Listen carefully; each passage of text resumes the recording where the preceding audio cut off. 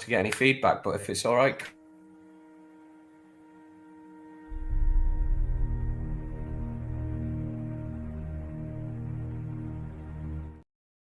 Greetings, Legionnaires, and welcome to the weekly podcast for the Wrestling Legion channel. I am Nick the Geek, and I'm joined today by some lovely friends, as always. My partner in crime, Simon. How are you doing, sir? Really good, mate. Yeah, really good. Little surprised to see Andy looks different this week. I know he's lost so much weight and he's dyed his hair. Yeah. But on that note, we are joined by two fantastic guests, two old friends. I got the pleasure of working with them again last night on their channel for our watch along. If you haven't catch it, go watch it now over at Raw Ball Podcast. We are joined from the Raw Ball Podcast by the captain. How are you, sir? Oh, I am doing phenomenal. I slept about a good 12 hours, and I really needed it. I was going on fumes last night, but Chamber was awesome, and getting to work with you again, Nick, it felt like homecoming, man. Nice, thanks for saying. And his partner in crime, the Quizmaster, Stone Seth Rollins himself. It is Matty. How are you guys doing today? I am so glad to be on your guys' channel for the first time. And it's a pleasure to have you, mate. What a better way to kick off a good partnership between the two channels, right? Exactly. All for future and building. We will be joined as we go through the podcast by Andy Pro Wrestling, as per usual. He's just dealing with something at the moment, but he'll be with us very soon. Right, but we'll just get straight into it, boys, because a lot to talk about. Let's start with last night. We've all seen Elimination Chamber, yes? So there's no spoiler warning to give out? Yep. Okay. Right. We can start with the main event, lads. Now, Simon, I didn't get to watch it with you, so I'm going to come to you first. Personally, for me, the ending of this match was perfect. They couldn't have done it better because WWE fans will never riot. They will just get sad and then buy the pay-per-view the next month. So, except for the ones in Philadelphia. Except for Philly fans, obviously. The term rioting has changed over the years, hasn't it? You know, it used to be like a physical altercation, whereas now it's just go on Twitter and bitch. Good point. But what did you think of the main event side? Did it deliver for you, or? So we said a few weeks ago about our predictions for our head and for our heart, and there was a lot of head last night. It was for my head, it was exactly what I thought it would be. It went down exactly how I thought it would. I figured we'd get 30 to 40 minutes with quite a slow space, but like lashings of story. That's what we got. For my heart, I'm disappointed because my dog. But yeah, you know, it was an entertaining main event. I think there's a few people a little bit disappointed about the ending. You know, we were expecting maybe an ending to the story finally, one way or the other, and it was just left a little bit ambiguous, wasn't it? You know, we still kind of don't know what's going to happen. To touch on that, Matty, we were talking about before we went on there, the final Hoover kick to the Roman last night. Do you think that was a final stick in the mud, or was that I'm not finished with you yet? It was definitely the final fuck you to Roman, I think. From Sammy, at least. He's like, I didn't expect to win the belt. Sammy probably didn't go in there fully expecting to win the belt. But to be able to stand tall in his home country, hometown, after delivering one more kick to Roman and being able to look down at him and say, I'm done.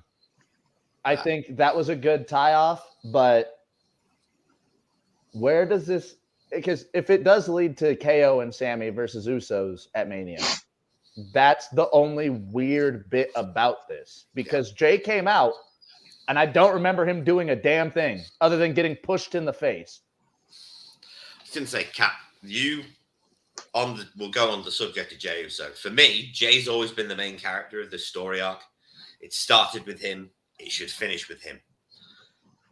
How do you think he performed last night?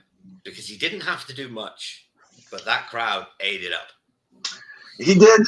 He did exactly what he needed to in that instance. He stood between Sammy and disaster.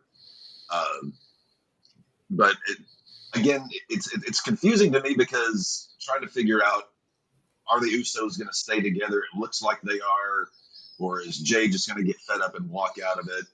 which, as you know, you're familiar with the Freebird rule, where maybe Solo could step into that, which I would actually like to see, because I think after Mania, once, and if Roman does drop the belts to Cody, you got to send Roman away for a while. But when he comes back, I think you have to pick things back up with him and Jay, a familiar face, of some kind. Because you mentioned the awkwardness, of Sammy giving the hell of a kick, and it's like, okay, what does Sammy do now? Well, if Roman drops the belts at Mania, what does Roman do next? I mean, you can't just have him show up on Raw the next night and, Well, I suppose it's all locked up until Backlash, because Backlash is effectively just rematches from Mania. The only thing that I would like to jump in on this tangent, after Mania, do we have Jay start, pushing away from the tag team scene and start trying to push, maybe try to go back into the world title picture, and have, as his build up go up, that's when Roman comes and just takes him off of his pedestal. Like, maybe as he's getting up the ranks in the singles division, Roman finally comes back and just remember who you are. Yeah, that'd probably work. See that? So we got. And it would also make Roman even that much more of a shitheel. Yeah. Hello, David. Yes, we will get to Battle of the Valley. David, you beautiful bastard. Good to see you, Dave. Hello, Dale. How are you? Dale. How's your friends? He certainly is. Yes, he is. We'll get to that. Right, but carrying on with the Elimination Chamber, boys. Go to the men's Elimination Chamber match. All right. It was fun. It was really fun. I mean, I like the fact that 90% of Johnny Gargano's offense required the chamber, which was really interesting. I thought Theory had a hell of a performance last night, even though he basically got the shit beaten out of him for most of it. Montez Ford took out 3 of the 6 contestants. I was going to say, Montez had a star-making performance last night. Sai, I'll come to you again first. What did you think of the chamber? Did it deliver, or do you think it was a bit lackluster? I mean, you know what it's like, guys. Sometimes you get jaded, don't you? And we've seen, I don't know, a couple of dozen chamber matches over the years, and you get to the point where you think, I've seen it all before. No, the test spot with the kick downwards off the top of the chamber, just to name but one spot. We saw a couple in the women's chamber as well. There were new things that we've not seen before that made it, I think, my favorite chamber match in a good 2 or 3 years. Okay. Yeah, I can see that. Kat, I watched it with you. You looked like you enjoyed the match. You looked like you enjoyed how Montez Ford was treated out of this. Do you see him now finally moving away from the Street Profits and going on that singles run? Or do you think this was more a step in the right direction? I think it was the coming out party, to be honest, because while, I mean, every participant in the chamber, the men's chamber match, did their job, Montez stood out like a sore thumb in a good way, because it's clear this guy, he's got the in-ring work, he's got the charisma, he's got everything you need. And in WWE, as we all know, tag teams are meant to be split. And when you look at the men's singles roster on Raw right now, I mean, you could so easily fit him into that U.S. title picture with guys like Theory, Rollins, and God, think about Montez Ford versus Seth Rollins one-on-one. What a great match that would be. So Put him in there with Damian Priest. Yeah, very true. I think it was the coming out party, and now saying that, I think you have to do the Sean Jannetty thing where he breaks it up and he goes heel. And obviously the starting point is, the Street Profits going against each other. But I think it was the coming out party. It was like, okay, this guy, it's time to get this guy going, because you always need good stars like him. And I love watching Montez. He's got the whole package. Yeah, he really does. So you touched on the Seth Rollins thing there, if I can just put in a second. Yeah, of course you can. You got the curb stomp on the outside, And Oh, I mean, I was sold. I thought he was really hurt. I really did. And then obviously, it was just to open the doors so that Logan could get into the cage. But I think you're right with what you touched on there, Captain. I think a Seth Tez match down the line has now got a lot of backstory. So it's definitely building for something big. Yeah. Right. I agree. My Theory won. mhm. We all kind of figured Theory was going to win. Do you think the performance he put in was deserving of his level that he's being pushed at now? Or do you think that he might have taken it a little bit easy for most of that match? Because he did spend a lot of the match outside of the ring. Like he only interjected himself in the parts where it was necessary for him to be there, which is a good thing for your cowardly heel. And he did say as much during the presser last night that he purposefully laid low and picked his spots. Yeah, that's right. He was very methodical with how he played out in this chamber match. And it worked to perfection because whenever he did enter the ring, it was for his high spots, his big moves, and he would capitalize on them. I think he got 1 or 2 eliminations in the match. Of course, the final elimination. But he was in there when he needed to be. That is the signs of a damn good shit coward heel. And the thing is Theory's got the moveset and the talent to be a heel that can run a division. We haven't seen that yet, which I'm loving because him doing what he did in the chamber perfectly sets up for him going, I beat 5 people.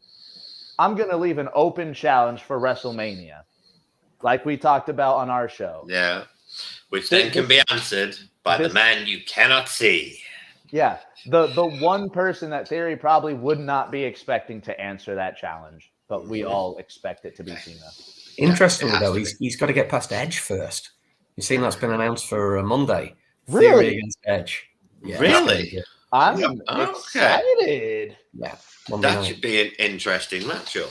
I imagine I think Finn Balor will probably cost Edge that match. What an extra rub to give Theory, though.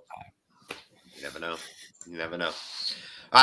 But, guys, David here says that the Elimination Chamber is his number 17 match of the year. Damn. Just out of Elimination Chambers, where do you rank this? All of you. Who wants to go first? Go. The men's chamber tonight, or last night, it has to fall in I wouldn't say top 5, maybe.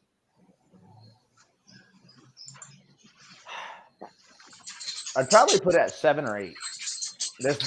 We have to remember, there's been a fuck ton of chamber matches already. This is true. Si?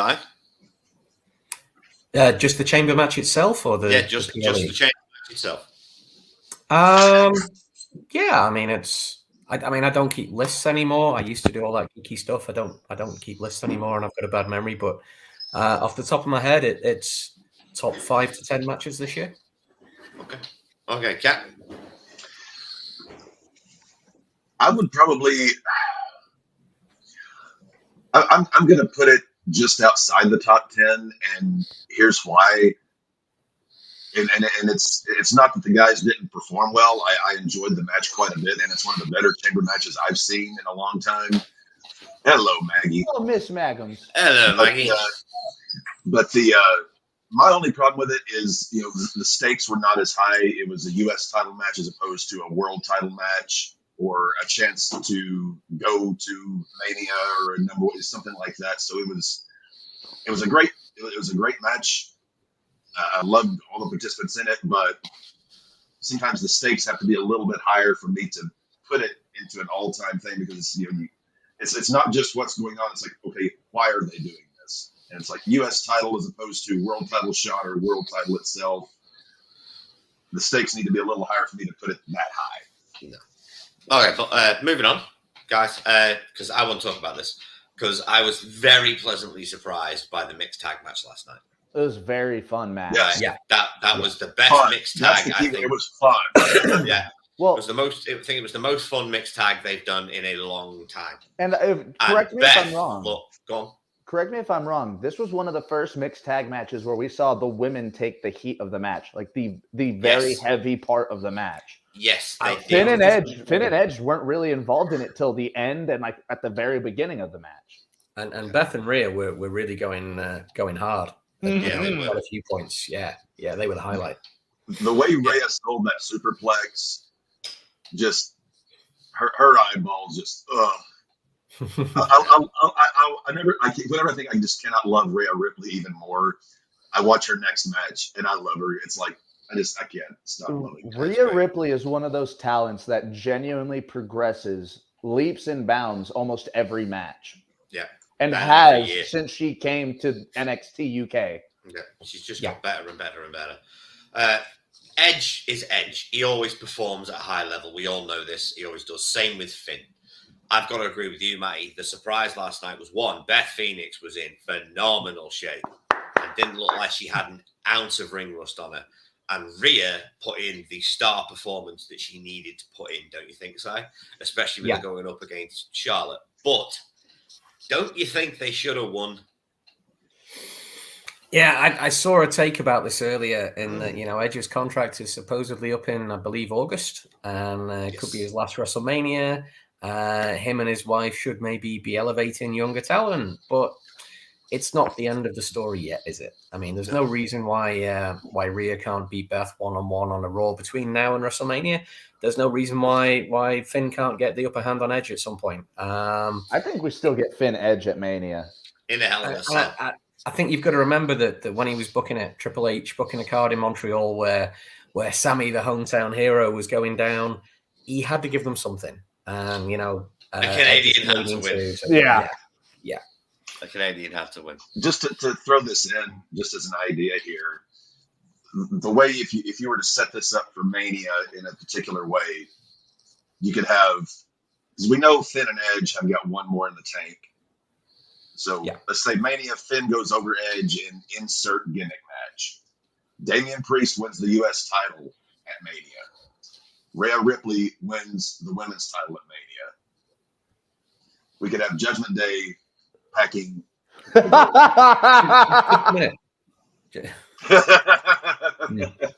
Sorry, just have to interject that.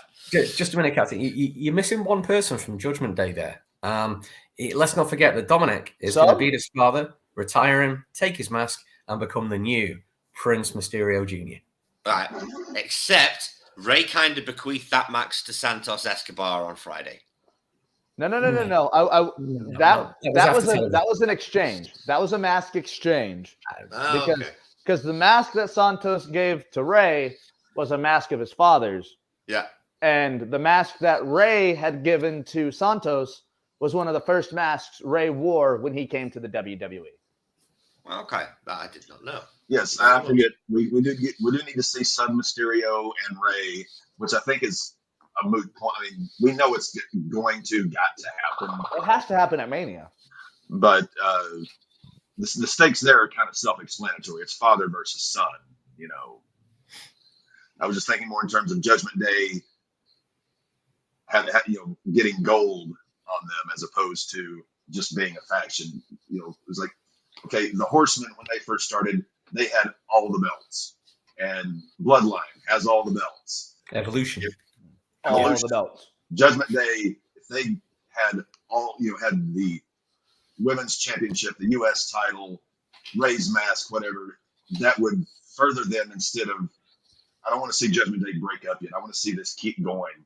But Nick made the point last night about Rhea kicking Finn out. Was that? Which would be interesting because it'd be like WrestleMania. Say Edge takes Finn, and then all the other Judgment Day members win their matches. Rhea's like, "You're the weak link." So exactly. Spitballing, but possibly. Yeah, that's right. No, that leads into something else we can talk about later, but we will spin back to that point. But carrying on with the Elimination Chamber, what else happened last night? Well, the Women's Elimination Chamber. We had Brock Bobby before. We'll get to that. We'll get to that. What a dick kick that match was. Well, all right. You know what? we'll cover it now. So basically, by the looks of it, Brock Lesnar found out the winner of the match last night was having a singles feud with Bray Wyatt. Said, "Screw this!" No winners immediately because Brock has too much respect for his own credibility to do any work with Bray, and and therefore decided, "I'm just going to hoof him in the nuts and get disqualified." Have you guys seen the graph that's going around online? Okay.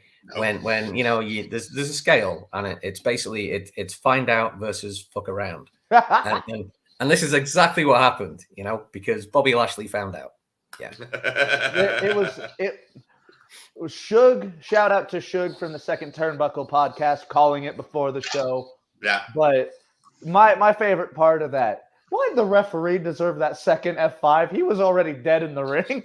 Brock just doesn't like people. It's any excuse to murder someone. Brock is a T-Rex, and the ref moved slightly. He thought he was a zebra. Yeah, Brock's based on movement. Yeah. Right, but moving on from the travesty that should be great, but is never great. There's Brock Lesnar versus Bobby Lashley. 10 minutes, though, of straight meat slapping, though. Well, this is the stupid thing. Those matches should have all the specials on Max fantasticness of Goldberg versus Lesnar from Survivor And a lot of those Series. matches should not have disqualifications allowed. Like, Lesnar and Lashley should have no DQ all the time. Last night was probably the best one they've done because they just spammed finishes for 5 minutes. But it was just... It doesn't deliver. I don't know what it is. There's something. Nothing Brock does delivers anymore. That's why I can't stand him. No, that's a good point. I think the last time Brock genuinely delivered and had me on the edge of my seat was Samoa Joe at Great Balls of Fire. And that was 6 fucking years ago, guys. Yeah. I did like SummerSlam. I thought Brock did good at SummerSlam, but there's a difference between entertaining and unexpected. Because when he wrestled Joe, I wholeheartedly thought, holy shit, Joe might actually win this. Right, but moving on, because we have a set amount of time here we've got to get through. All right, the Women's Elimination Chamber.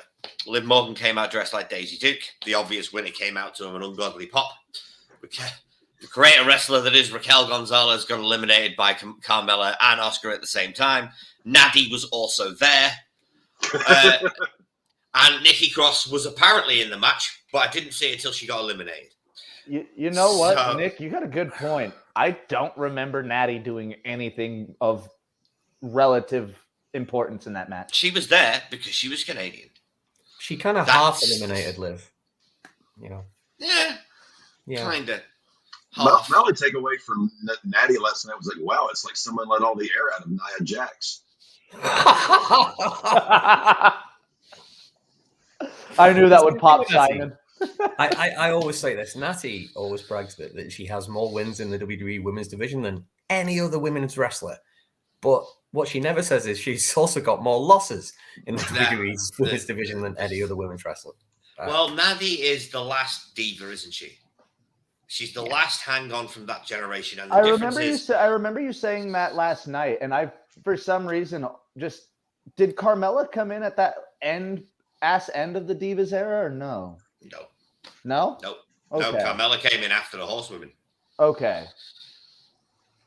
But the difference is in the Divas generation, Natty stood out because she was a wrestler among supermodels, whereas now she's an okay wrestler among much better athletes. Wrestlers. And she hasn't changed her style. She hasn't improved. She still can't cut a freaking promo. And she gets any more work done on her face, she'll look like Dolly Parton next to a wax lamp. It's not good. But honestly, for me, I want to get all your opinions on this just because I want to know what you thought of the match as a whole.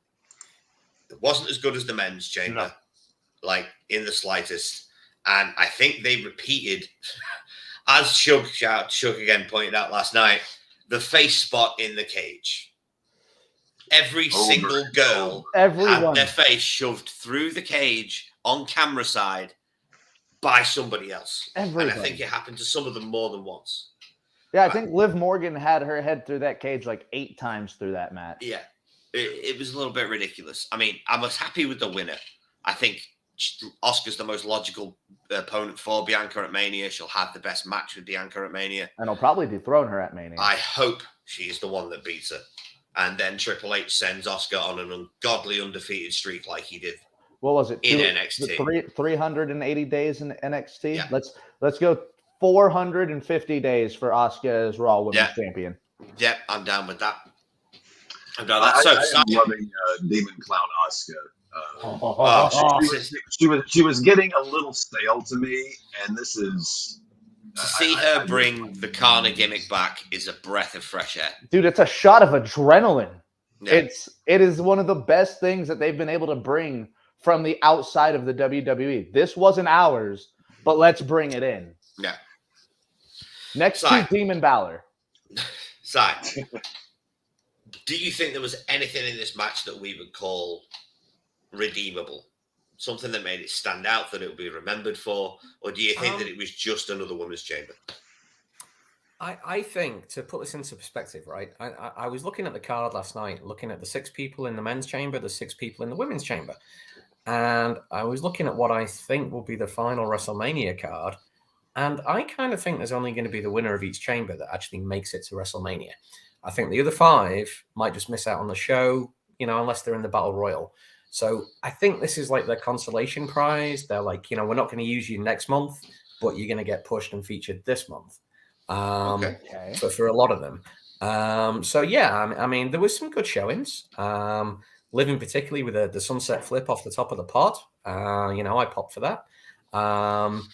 It wasn't the best women's chamber match I've seen for a few years, but I think we've also got to note that I think it was given around 12 minutes less than the men's chamber match was. So again, they can only do what they can do with the time they've got. I just looked something up about this match, and it's going to be quick. Raquel was far and beyond the number 2 pick betting odds for that match. It was Asuka, Raquel, and then by a large margin, it was Liv. Yeah, that makes sense. Yeah, that makes sense. But on the subject of Asuka and the chamber, a few years ago, Shayna Baszler was in the Elimination Chamber. It's my favorite Elimination Chamber. Dominated.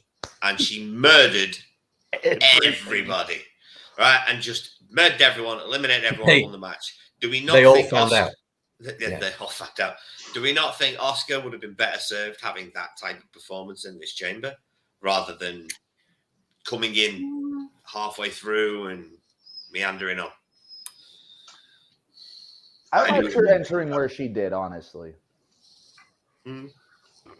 I would have much rather seen Asuka more of a clean. I mean, she towards once she got in, she was in the action and she got her spots in. But yes, I do agree to build her as a legit threat to Bianca, have her just clean house.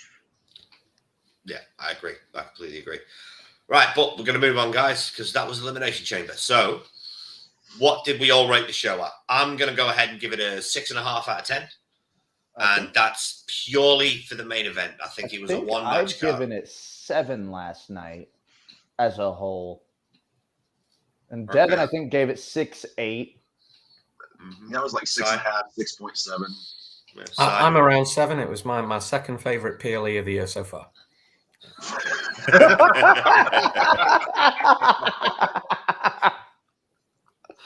I missed you, Simon.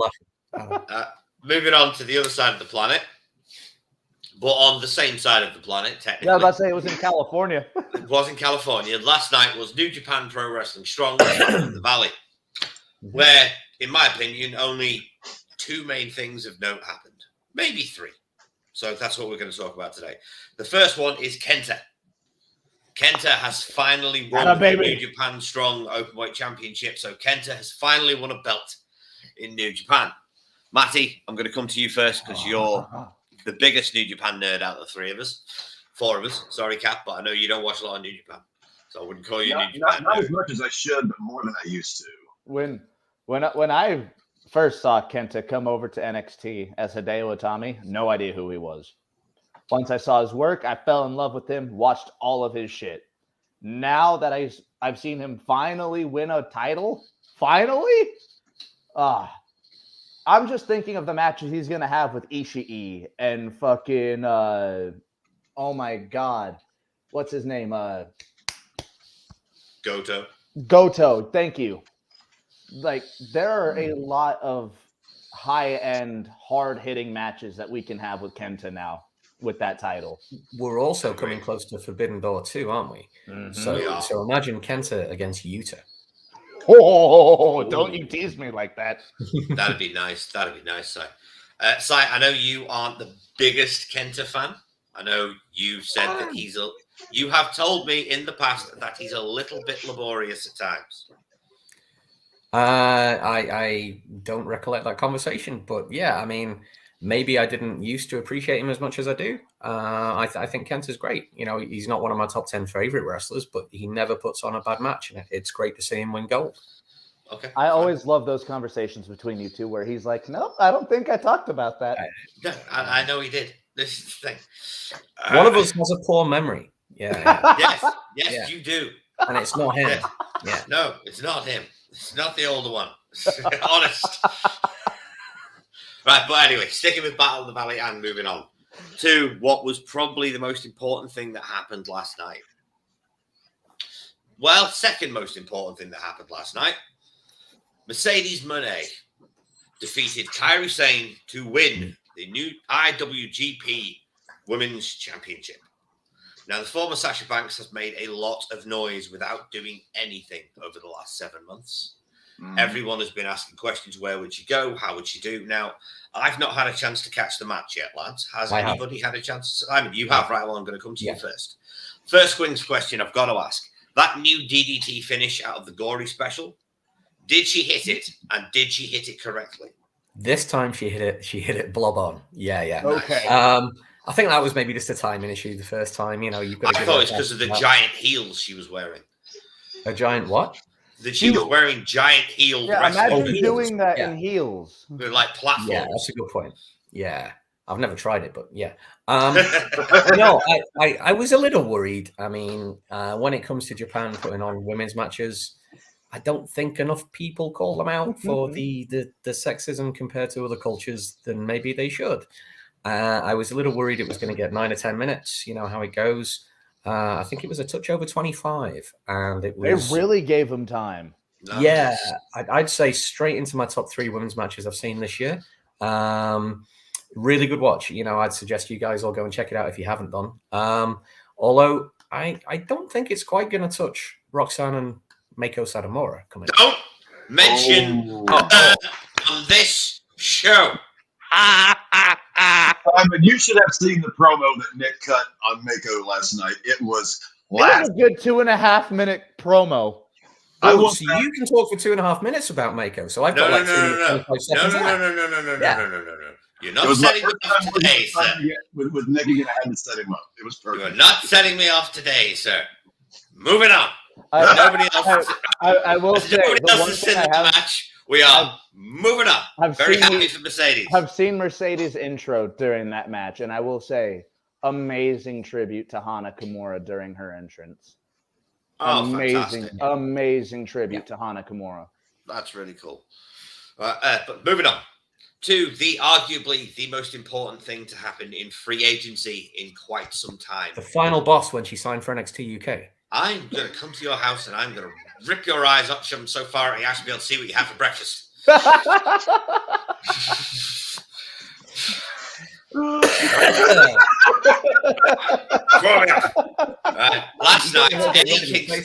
night, Eddie Kingston defeated Jay White, and Jay White has officially left New Japan Pro Wrestling. It's a sad day. Where does he go? It is a sad day for New Japan because I think Jay White has been, especially since Kenny left and a lot of the other guys left, Jay White has been the solitary highlight gaijin of New Japan Pro Wrestling. I would argue he might be the best heel gaijin they've ever had. I'd second that. It is very arguable, but I wholeheartedly think that Jay White might be the best gaijin heel I've ever seen in New Japan. Well, just his work while the pandemic was on and they weren't allowed to talk. Yeah, he was taunting the crowd, cheering and openly. talking for the crowd. Yeah, and taunting them openly, saying, "Why aren't you cheering for me? I'm killing myself for you. What the hell is wrong with you people?" But I have one simple question for all three of you guys. Take it in any order you like. Where do you want to see Jay White end up? I think it's WWE. I wholeheartedly think that AEW is oversaturated right now. Agreed. They've got plenty of talent that they can use right now. WWE, on the other hand, has been running the problem of stale storylines and running, same matches over and over again. It's been an issue for years.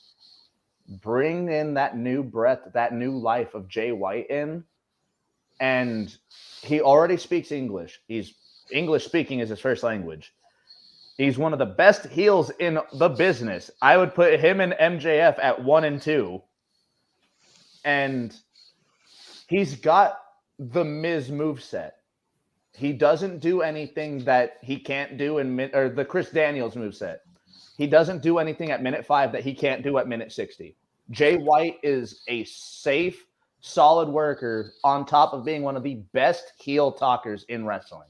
Yeah, and he's a phenomenal storyteller. But now I am going to come to my friend down here because I know for a fact that Simon doesn't really get Jay White. What can I say? Coming from someone who doesn't get Meiko Satomura, it just makes no sense. How can there be a fantastic wrestler that we just don't get? How can that exist? I don't know.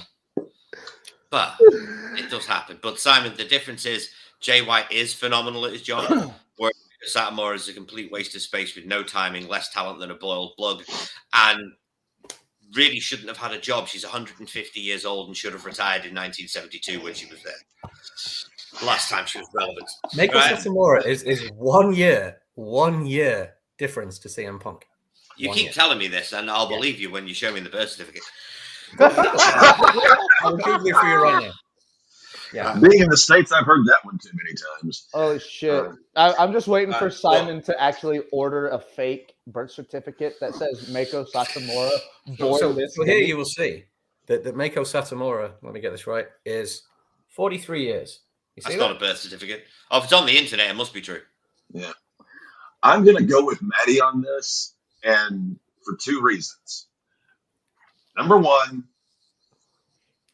it seems like WWE is under Hunter, while it's not nearly what I would like to see. It is so much heads and shoulders better than what Vince would have done. I think if Jay goes to WWE, Paul is going to let Jay be Jay. And let's not forget, everything's been building to it for a year. We're going to be putting the belts on Cody Rhodes. We're bringing back Winged Eagle. We're going to have an incredibly over babyface champion. Roman is going to be becoming a part-timer, and he's going to have to take a powder for a while. And the Jay White Cody Rhodes story has wheels. Cody is going to need heels to go through to build him up as not just, okay, yeah, you may have beat the tribal chief, but can you hold on to those belts? He's going to need heels to go through. I have an idea for that. All right. And it all stems from Rhea Ripley kicking Finn Balor out of Judgment Day, as you were saying earlier on.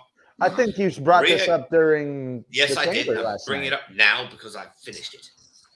Basically, Rhea kicks Finn out of Judgment Day. AJ returns the Raw after Mania at the beginning of the night, finds Finn backstage, consoles him, says, "Look, you and I need to talk. I've got an idea."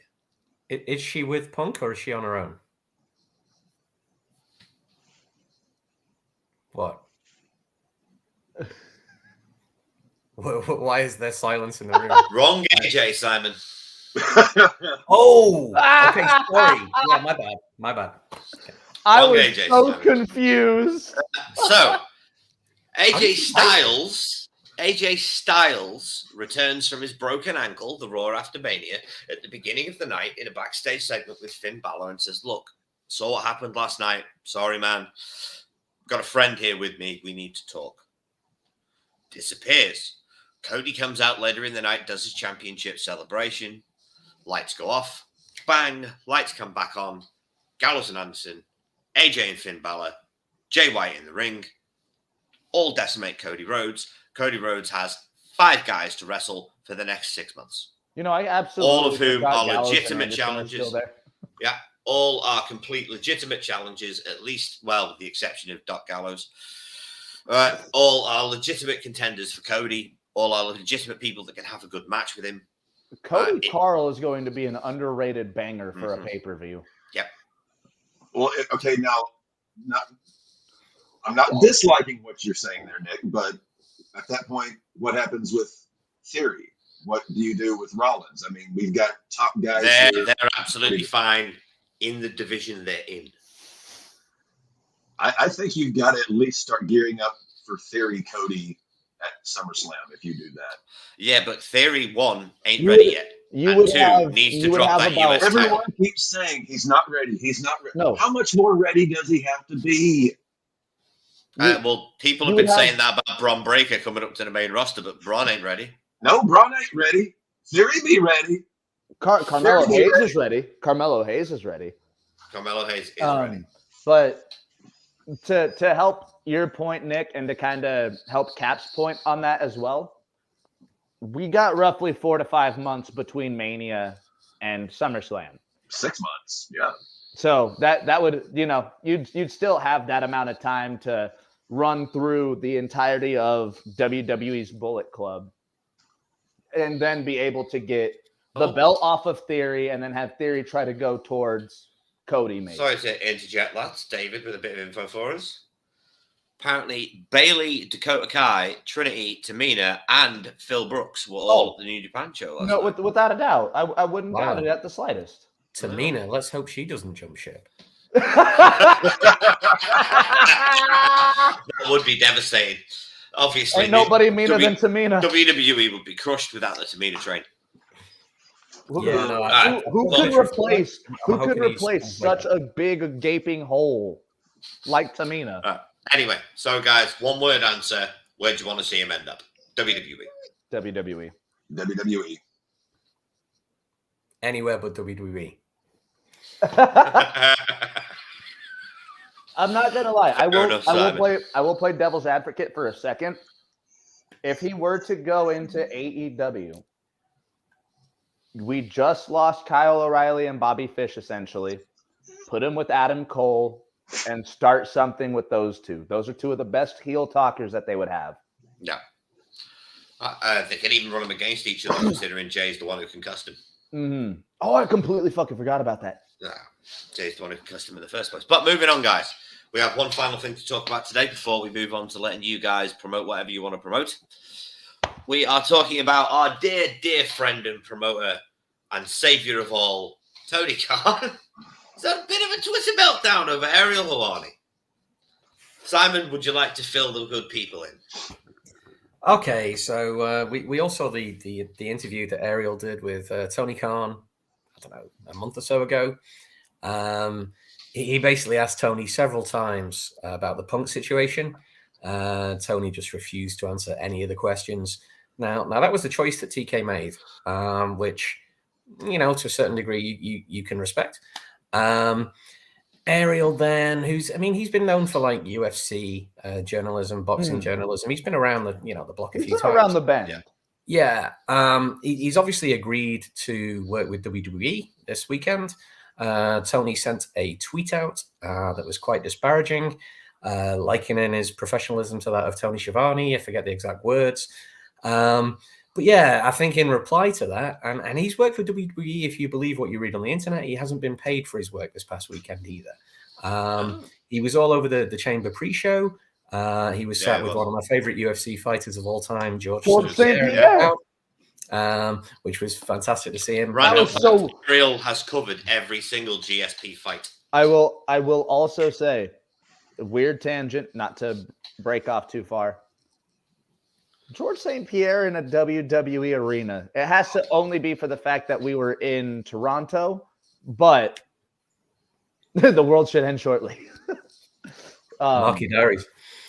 If George St. Pierre does enter WWE, he's got to just destroy everything, right? There's no losing for him, right? Oh, he would be like the final boss of the men's division. Absolutely. Yeah. Right. And by final boss, you're referring to a good replacement for Brock Lesnar, right? No, it was actually the fucking smile. It was entirely coincidental. But yeah, the smile that cracked on his face. Yeah, so we've basically seen a point now where there were comments made by Michael Cole about the integrity of Ariel's journalism, and this is Cole what happens when he said something. Michael Cole turned around. I believe his exact words were, "The most honest man." Simon, we've just lost Simon. I don't know what's happened, but we've just. Oh my god! I bet he left his laptop unplugged. He met the final boss. Right, we've lost Simon. But anyway, right, you know what? The show must go on. The show must go on, gentlemen. We are down to 3. We started as a 5, and now we're... Oh, wait. He's back. He's back. What on earth happened there? Apparently, the internet ceased to be. Apologies. Yeah. It's all right, mate. He's back now. You are exploiting the internet with a dead paddock. I didn't even mention Mako again, and I was booted at. On this subject, not that subject. Yeah, what on the subject of the Ariel Helwani. Cole, I believe, turned around and said the most honest man in journalism, or the most integral, the man filled with integrity in journalism. So totally a WWE fed line. Yes, completely and utterly. But on this subject, right? Just when AEW started, most of us were pretty excited. All of us were. We were good to see a second place for guys to work more than anything else. A second prime. That actually had a budget behind it. Yeah, that actually had a budget behind it, a network television deal, something that could become a legitimate, at least, barn burner on a weekly basis, as opposed to just a smouldering little campfire that we've been dealing with the past 22 years previously. However, it's been 4 years now. Now, when Tony Khan the first year, I've said this to you in the past, side, was making mistakes, you can forgive them because he was new to the game. He'd only been in it a year, so he was going to on a trial and error thing. He's still making those same mistakes. It's 4 years in, and he's not learned anything. Do you think at this point he needs to bite the bullet and get a goddamn structure behind him? Oh, it's time, but he won't do it. Well, do you know the irony of this? Right. Correct me if I'm wrong, right? I don't know if you guys agree with me on this, but the way I see it, this past maybe 6 months, the structure of Dynamite has changed. The camera angles have changed. The amount of sports entertainment on the show has increased. If anything, with runs for the Ass Boys and things like this, and the way the women's division's been booked with Saraya and Toni Storm and the spray paint, the sophomoric humor, it's almost as if they're trying to attract and appease WWE fans, which is what I've always said they've needed to do to improve business and to, increase productivity at the end of the day. But if anything, I think it's having the opposite effect. And it not only is it looking like a Wish version compared to the real thing when it comes to sports entertainment, but it's also alienating the niche fan base that have followed them from the start. And they're in like this awkward kind of stalemate, We saw it towards the end of WCW when we went from Bischoff and Russo to Kevin Sullivan, and you saw lots of changes in direction every 6 months or so. And AEW is in danger of like flappering around like that. And if it carries on without direction, consistency, whichever side of the sports or entertainment divide it's on, it's going to end up with more viewers being lost. So I will say AEW does have someone that did kind of start a revolution like that in the early 2000s. You got Jeff Jarrett there. Early 2000s to late 2000s TNA was some of the most invigorating and breath of fresh air into pro wrestling that we had in a long time. You got Jeff Jarrett there. Hand some of that over to him, I think. I would completely agree. I mean, but sticking with AEW, it's a similar subject, but it's a slight tangent. And I would love doing this because everyone's been doing it to me, so I'm doing it to Cap. Kenny Omega. Go. Right, Kenny Omega's contract is coming up. Kenny Omega is not the only person. Which reminds me, we need to get toilet paper at the store here in a little bit. Kenny Omega's contract is not the only contract that is coming up in AEW. FTR's contract is coming up in AEW. There are a lot of people's contracts. The Young Bucks contracts are coming up in AEW. Triple H seems rather confident that he's going to be able to get these boys. Now, I know that Cap would rather take a bath with bleach and stick skewers in his eyes than watch Kenny Omega in WWE. Or the Bucks. But FTR, I think, is a point we can all agree on. They're the best tag team on the planet. Right? Now that Jay has passed, at least. They are the best, God rest his soul. They are now the best tag team in the world. They have been misused for the past 6 months in AEW chronically. Right? Do you think they might go back to Papa H? Because Triple H loves tag team wrestling and treats tag teams so well, and he's in the process of rebuilding that tag division. And we have to say the Revival coming back, say yeah, would get a hell of a pop. That WrestleMania pop would be insane. They would have to save it till next year's Mania, I think. Or the Raw after Mania. Well, I think FTR's contracts come up in June, correct? April, okay.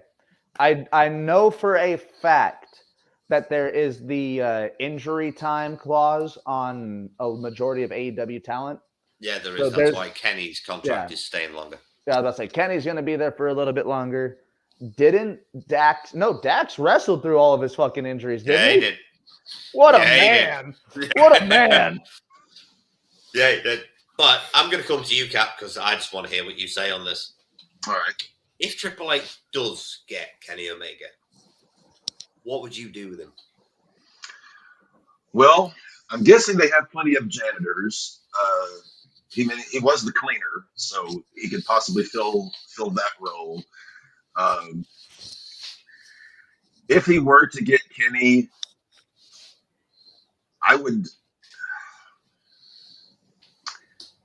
he could be a potential heel for Cody, which they've had really good matches in New Japan. If you have not had that would be one possible angle. Here's as much as I hate Kenny Omega, he has had some good matches with some good dance partners. I would be okay with him being on the roster so long as he is not given any kind of, clout, whatever. The Young Bucks just cast him into the Hudson River. FTR, I would be happy to see FTR as they are come into WWE. If you had a choice, Cap, and you were bringing Kenny Omega into NXT, and the contract is already signed, sealed, and delivered, do you put him on the main roster, or do you run him through NXT? No, someone like Omega, who's been around as long, everybody knows who he is. I think NXT would be a waste of time. Put him on the main roster. He can work. He can be an insufferable heel prick, and that would be a perfect foil against Cody, which I wouldn't mind seeing those two go at it again with the history they have, provided Cody just crossroads him into the dirt. But anyway, to get back to Nick's point there, I wouldn't put him in NXT. Yeah, that was the original plan, though. The Bucks and Omega were going to sign big money deals for an NXT contract. No. There's the main roster. Hangman Page was NXT. Was it? Because I thought I heard that it was main roster money for an NXT contract for the Bucks and Omega. No. It was a main roster contract. Yeah, I think it was main roster. Yeah. Hangman Page was getting main roster money for an NXT contract. To ever skip NXT, you've got AJ Styles. You've got Ronda Rousey, you've got Dominic Mysterio, Logan Paul. That's about it. Everybody else is going to be the Good Brothers skipped NXT. Right. Anyway, guys, we're going to have to move on because we are coming up on the hour, so we're going to have to call it time. So, guys, Matty, Sai, it's been an absolute pleasure having you with us. Thank you so much for coming on. It's been fantastic talking to you again. I've really enjoyed today. Have you got anything you want to plug, promote, shill? Please feel free. Do it now. Oh, Lord. Well, Raw Ball Podcast. We are live every Monday, 3:30 p.m. Mountain Time, 4:30 p.m. Central Time. Convert that into your guys' time zones as you do, because I don't have it currently in front of me. March 25th, we do have our fantasy baseball draft. That's going to be a lot of fun. Tune in and join us. March 30th is going to be our big charity donation stream where we're going to be watching the opening day of the MLB baseball season. We're going to be joined by our good friend Urinating Tree, and we're going to be raising money for a very good cause. He's a YouTuber, Simon. 2 days. Oh, okay. 2 days after that will be our back-to-back coverage for night 1 and night 2 of Wrestlemania. The Raw Ball boys, we got a whole lot planned for you. So please stay tuned. Follow us right here at the Raw Ball Podcast. And I'll throw it over to my captain. And also, something else is doing there, we got the opening weekend of March Madness, March 16th through 19th, the craziest 4 days in sports for someone like Maddie who likes to lay bets on which crow is going to fly off the fence next. The opening round of Baby Duquesne is Maddie, I swear, sometimes you're so dumb you'd be outside if it was raining soup with a fork. Baby Duquesne. Let's go. Yeah. Winning the whole thing this year. Yeah, the show tomorrow, obviously going to be kind of doing our own little chamber recap, going over the barrage of NFL hirings and firings over the weekend. I can't even keep up with them. I got a promo to cut on them not hiring Eric Bieniemy as a head coach. MLB spring training starts this coming Friday, so you're going to be watching to see who's healthy, who's not, who's still got the velocity, who hasn't lost their swing, and Russ. And obviously, Monday Night Raw, Edge in Theory. I'm very curious to see this. But yeah, Raw Ball Podcast tomorrow at 4:30. Me, Deb, and Maddie, going to be some fun. Si, I know I see you every week, and you're probably sick of seeing me, but do we have anything to show? I just have one line to say. When you're ready for me to say it. Here at Wrestling Legion, we appreciate everything that you guys bring to us. We appreciate you viewing. All we want is for you to like and subscribe, because that means the absolute world to us. Guys, it's been fantastic having you here. Wrestling Legion, we make it make sense.